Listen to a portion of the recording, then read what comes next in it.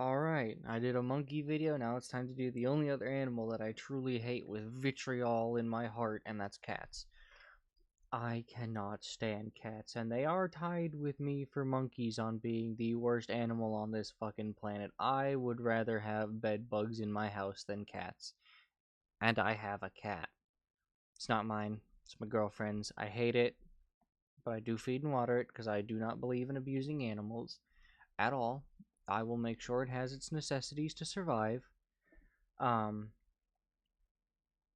but she loves it and she loves cats, so I put up with it. Um, and I've actually got a list of reasons this time. A little bit more professional. Let's see, I've got 1, 2, 3, 4, 5, 6, 7. I've got 7 reasons on why I hate cats so freaking much. And we'll go with the first one, and I'll throw some more ideas out there while we go. Um, and I've got some videos lined up for you, so you're not just watching me fucking speak. Um, the first thing is they kill animals for fun and not to eat. Now, very few animals actually do that. The only animals I can think of that really kill for fun and not just for food is people, cats, uh, monkeys, and dogs. So dogs do.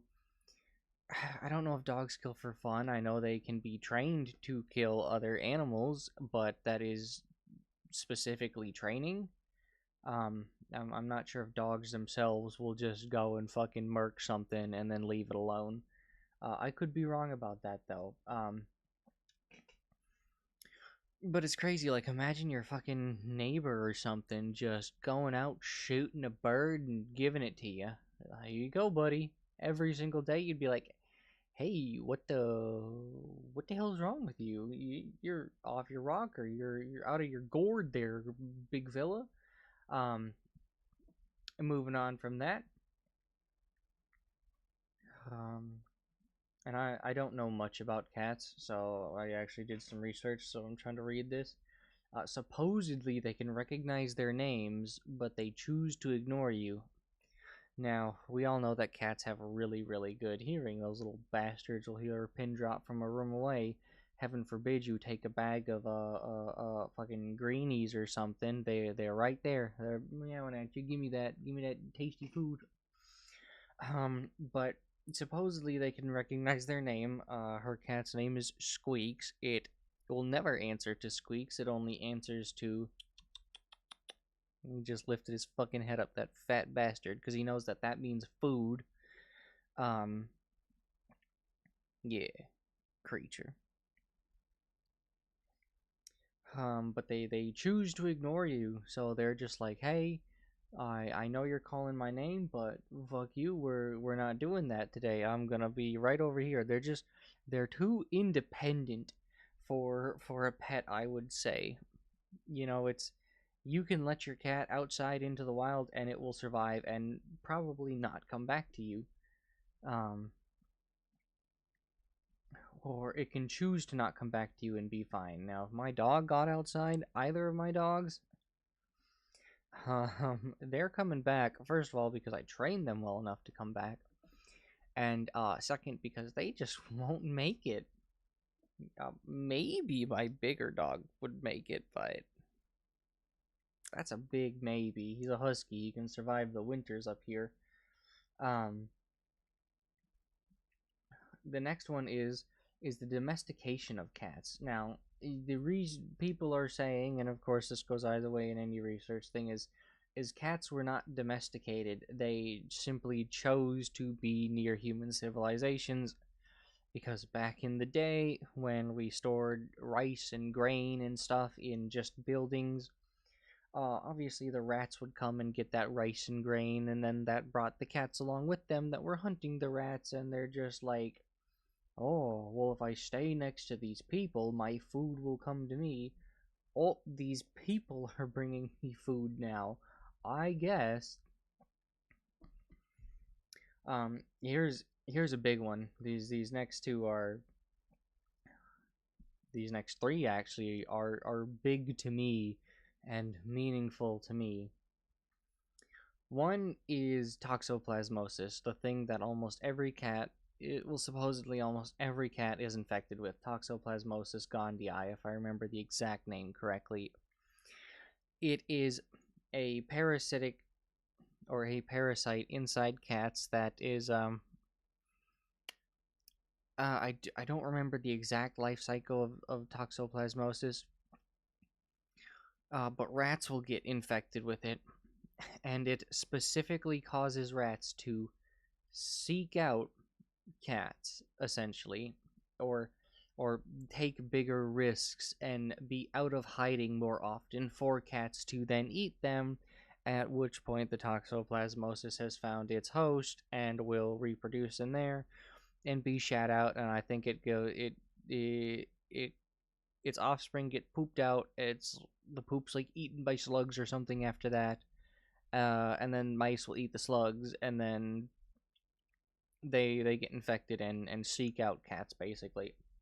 So it's pretty, and people can be affected by it too. And the people that are infected by it usually turn out to become those crazy cat ladies that you see in fucking TV shows and movies. But that's a real type of person. The crazy cat lady is a real type of person because they are infected with toxoplasmosis. They want more cats around them. It is actually changing the way they think and makes people more open to those creatures.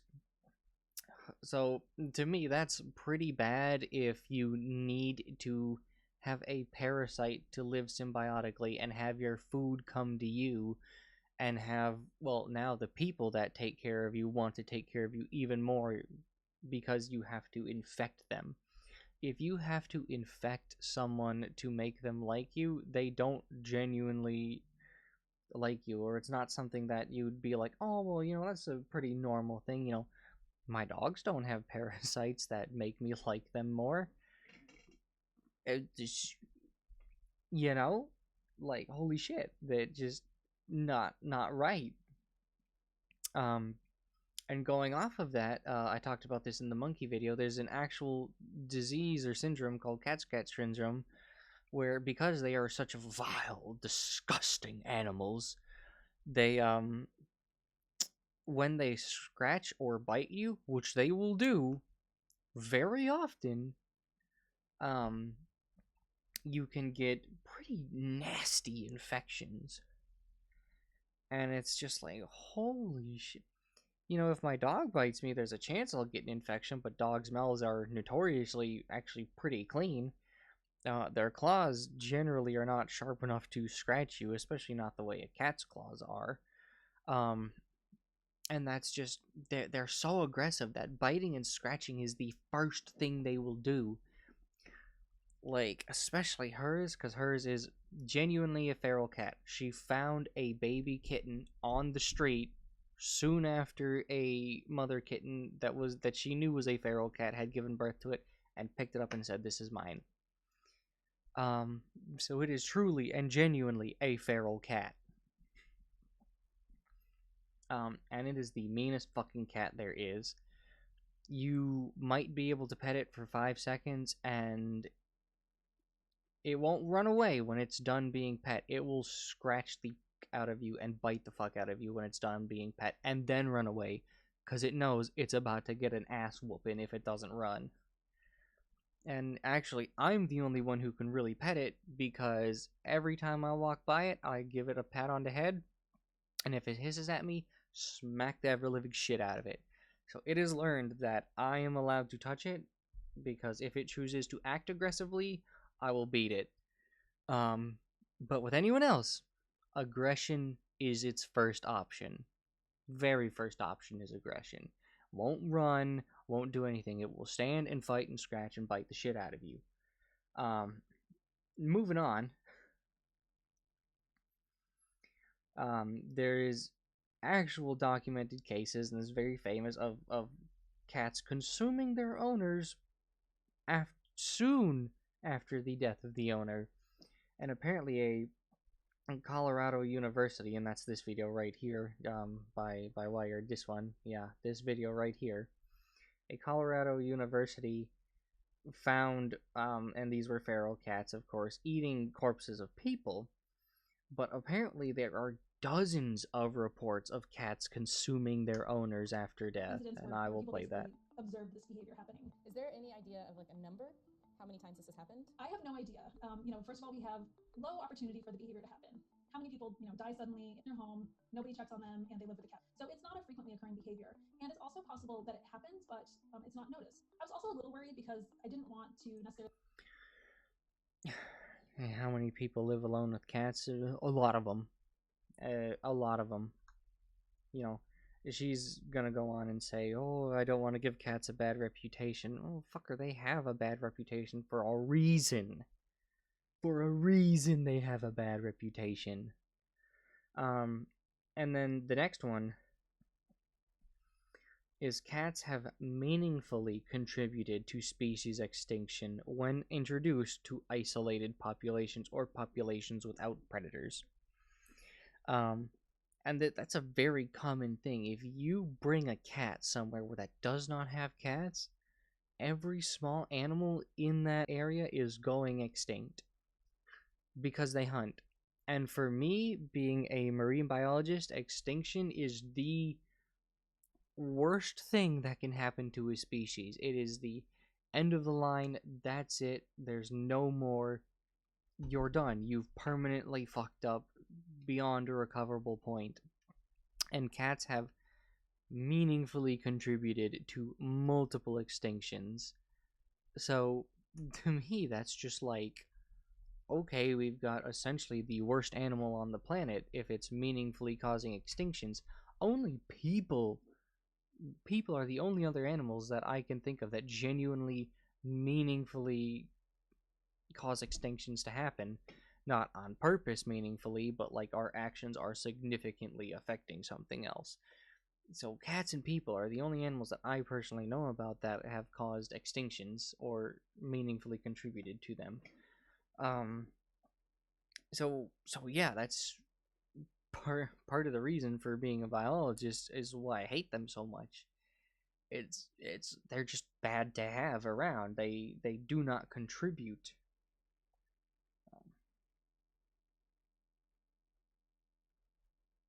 to the ecology or the biodiversity or anything like that. They're a detriment to it, and when something's a detriment to it, you should put resources to removing that detriment. Um, and then last but not least is they choose to be pampered. Um, Everyone has stories about a cat not drinking its water or fucking for whatever god awful reason or demanding new food even though their bowl is still pretty full, but because they can see the bottom or something, they just won't eat. And this little asshole over here, he is like that. um he would not drink his water from a bowl,